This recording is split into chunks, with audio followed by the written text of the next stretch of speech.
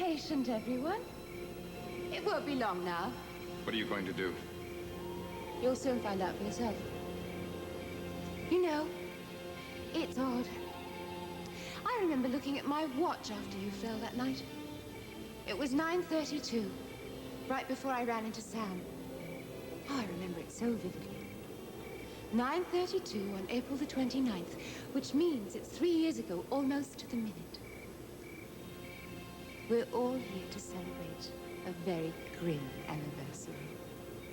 And you've been planning this all along? Yes. I've wanted my revenge ever since that night. It's why I allowed Quintin to take me to his house to recuperate. I knew my Sam had found his next rich, vulnerable lady. And I was right. It was your poor mother. I wanted to be around to watch him in operation. And to try and... It's Brian Lister's gun, the one I... This isn't getting us anyplace. Now listen to me. You were a witness to a very serious crime, a murder. All right, now let's leave this place. Let's take this man to the police and let the law punish him. After what he did to me? Oh, no. I'm going to supervise his punishment myself. I'm not going to hand him over to anyone and take the chance that he might get free. Can you imagine what it was like for me when I first met you at Spaulding Enterprises? Every muscle in my body yearned to take you by the throat and strangle the life out of you the way you tried to strangle me. The way it was meant to be before Samuel Pasquin. No, now listen to me. I told you before, things have changed. No. No, nothing's changed. I've seen to that. And that's what I tell Peter. Pete. Don't you know? Are you talking about your father? I'm talking about Peter Enright McCord, your son. Surely you haven't forgotten, my dear. He hasn't forgotten you.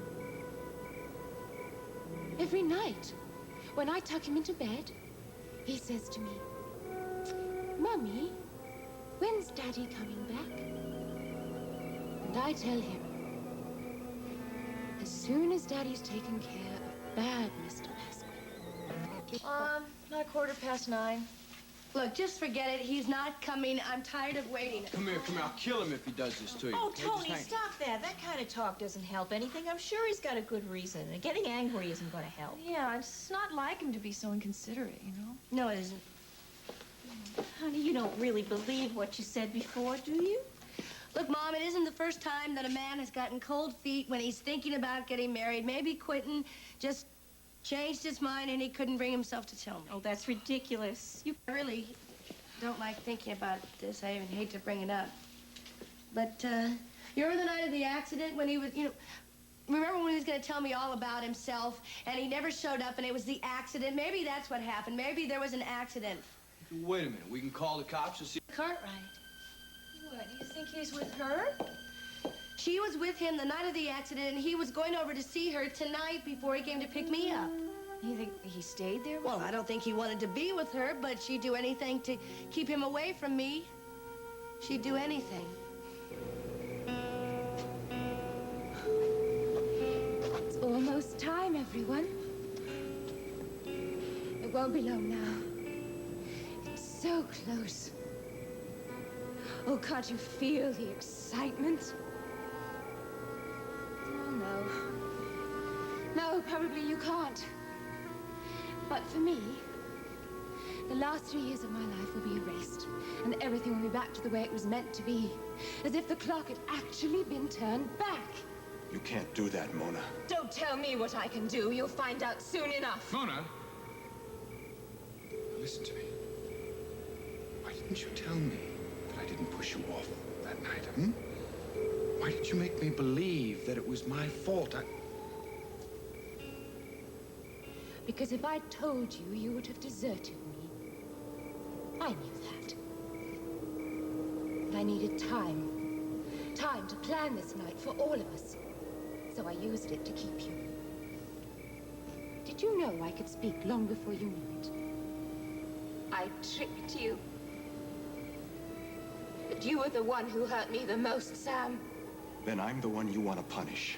I'm the one you blame for everything. Oh, yes. Then why don't you let Amanda go? You've got Quentin and I here. Why keep her here, too? I have to. Oh, you know better than that.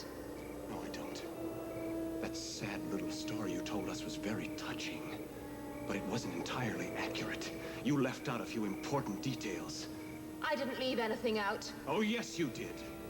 Did I? What do you think I left out? You didn't tell the truth about who seduced whom that night in the bar in the San Ritz Hotel, did you? You twisted the facts. Well, the fact is, she approached me. She started talking to me. She told me her fiancé was a crashing bore, and that she wished she'd never marry him. She was talking about you, Quentin. I didn't say anything like that. You're a liar. No, you're the one who's been lying to yourself and to us, and for a very long time. No, stop it. You're the one who pushed me off that cliff, and don't try to say you didn't. Oh, I wouldn't do that because I did push you. There, you see? Yes, that's right, I did push you. And if there was any justice in the world, you'd have died that night. Because I didn't want you to suffer, but I did want you dead. Well, you lost then, didn't you? Because I didn't die then, I survived. But I am going to die for you now. Sorry.